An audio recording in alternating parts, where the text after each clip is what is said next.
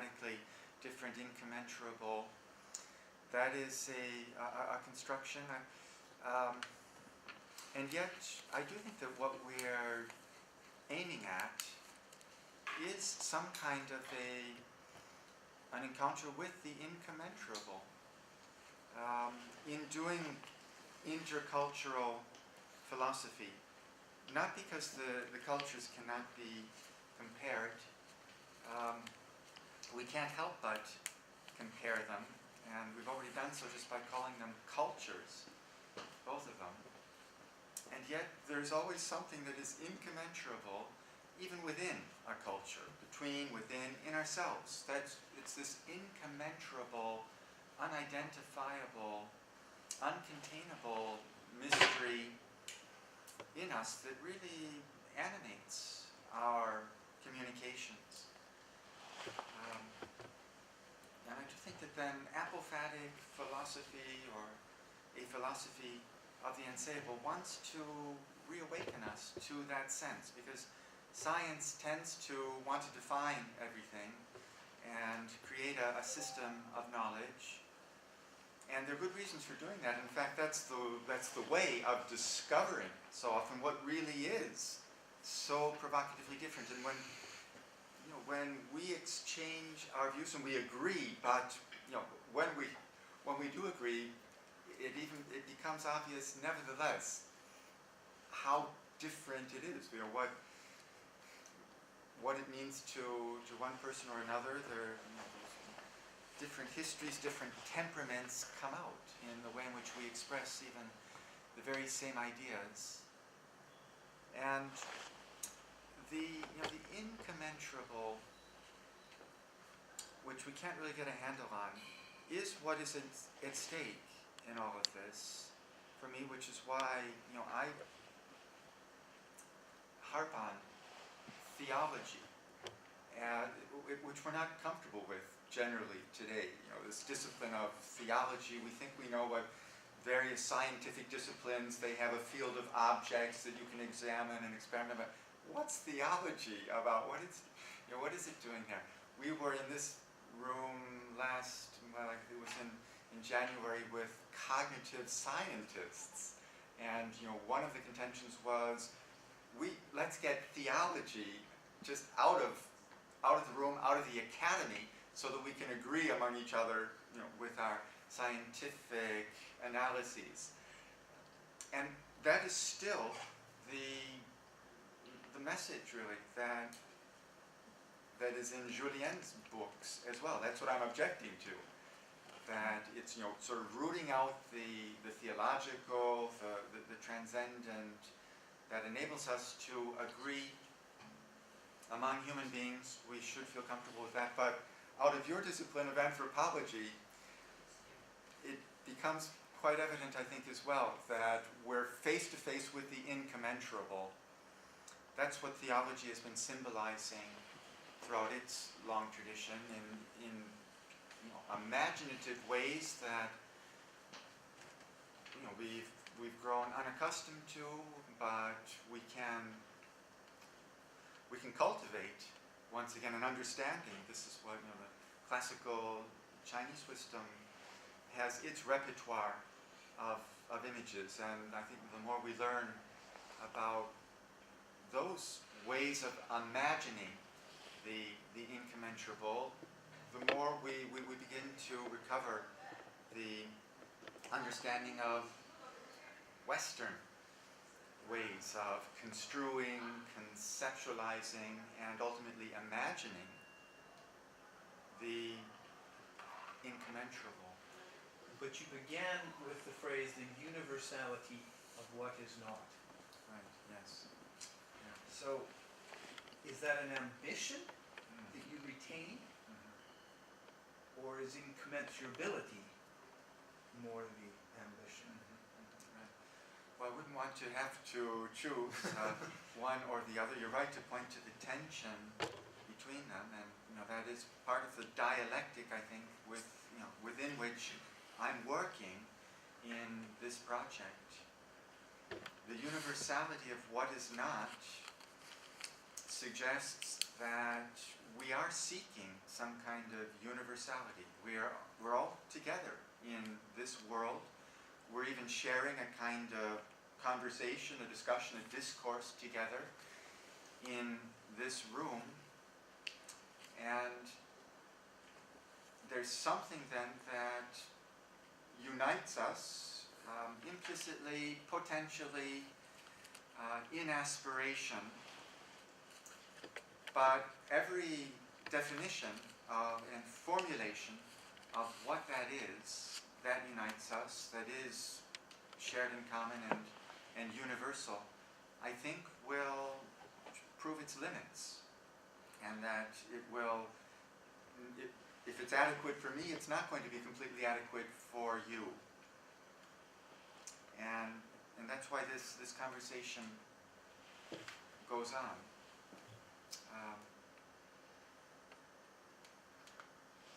Even though we're getting towards the end here, though this would be the time for raising questions that were not sufficiently digested.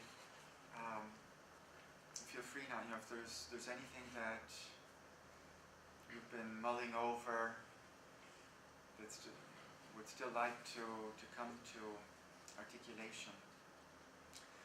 We did have the idea, we were not being visited by the students, evidently, and their parents. This is open day for the Faculty of Arts and Humanities.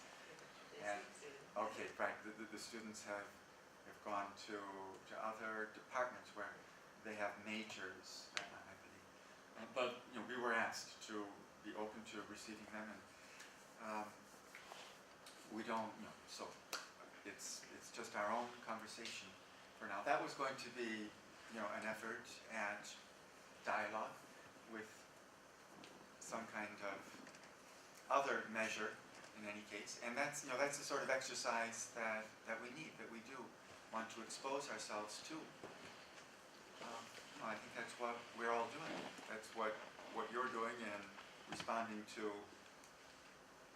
my work. That's what I'm trying to do in my work as well.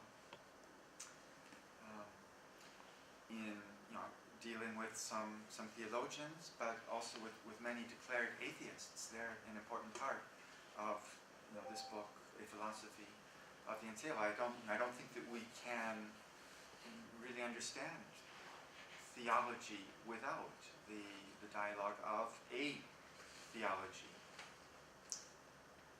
The dialogue with a theology. It's interesting that when you say a theology, you've said a theology. The atheist is in some way a theist.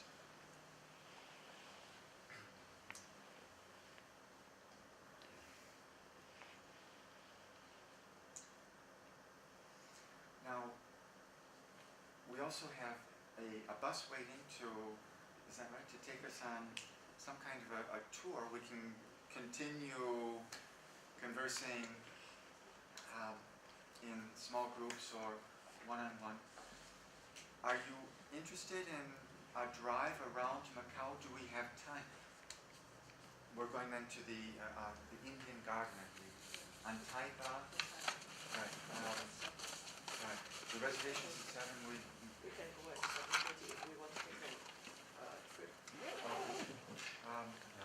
We would go to the ruins of St. Paul. Is it possible for us to get off the bus and have a look at? Is that right? Unless do you have? I want to make a few announcements. Oh yes, I just want to make sure that happens. Yes. Yeah. Do I see some interest in a drive around? Yeah. Okay. Good. Okay. Now. So I just wanted to restate that we do have intentions to make to have a publication out of this conference, and we were thinking that somewhere in the range of 8,000 words for a paper. It could be more, it could be less, but that's sort of a general size, and that later in the summer I'll write a message soon and ask sort of how interested are we? Can we do this? And then we can start to. I'll collect abstracts. And do you have anything you want to add about Well, I would this? say that Malcolm and I are determined to do this. And what we would like from you is a sense of whether you want to make a contribution as well. And there are other sources, other contributions beyond those that have been here to date. And we're going to do this in one way or another. We'd like to have everyone who has been here on board. That's an open invitation to you. So, as soon as you can, just let us know whether you want to pursue it. There are various stages. To have some sort of a summary, a paragraph, an abstract will help. I know that University of Notre Dame Press would be interested in a volume coming out of this conference, but we have to give them some sort of specification of what the papers are about. It's then our job to really make a book out of it. But let us know what you would like to, and feel able to contribute. And we feel very enthusiastic about putting out a volume of this nature. The title of the conference, maybe that would work. What is apophatic thinking? Why is it relevant today? Every paper that we've heard has been, I think, very interesting, and would be an excellent contribution. And I realize that there are different stages of elaboration. So, the question to you is, you're willing to work on this and really produce an essay, if you haven't done so already. And we hope fervently that you will. The other announcement, for those of you who have come from afar, I think there's 5 of you, there's some paperwork I'd like to do for the reimbursements.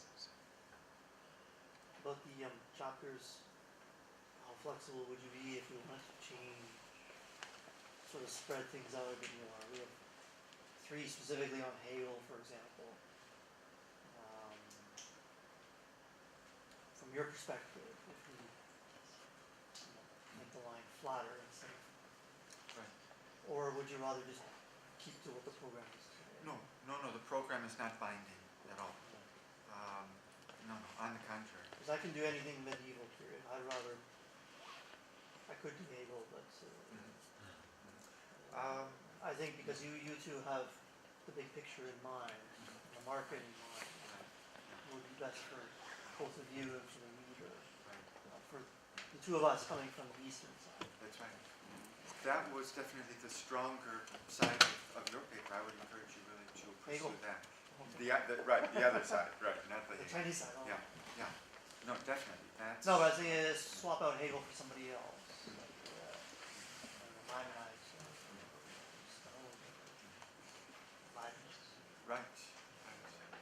If we are going to talk theologically, I see. why don't I use a theologian? Yes, I see. To still make it a comparative East-West Yeah. paper. No, that would be, so I guess the wonder is, well, now, if I'm, go outside of sort of the Hegel rubric, are they going to say, well, this paper doesn't fit in any longer? And I don't think there's any risk of that. The conference organized itself with a certain Hegel section, but there's no reason why that needs to stay in place. Yeah. I'm just saying I'm open to other Western thinkers. Yes, well, so are we. If you feel there's a need to address a particular person who could be engaged in a conversation with the East, then I'd be amenable to that. Okay. My interests are wide. Wonderful. Odin Zoe, I could do something like that. Yeah. 0, constantly 0. Beautiful. All right. Are we ready then to make a move to the bus. Are you going to lead the way? Good. Thank you, everyone.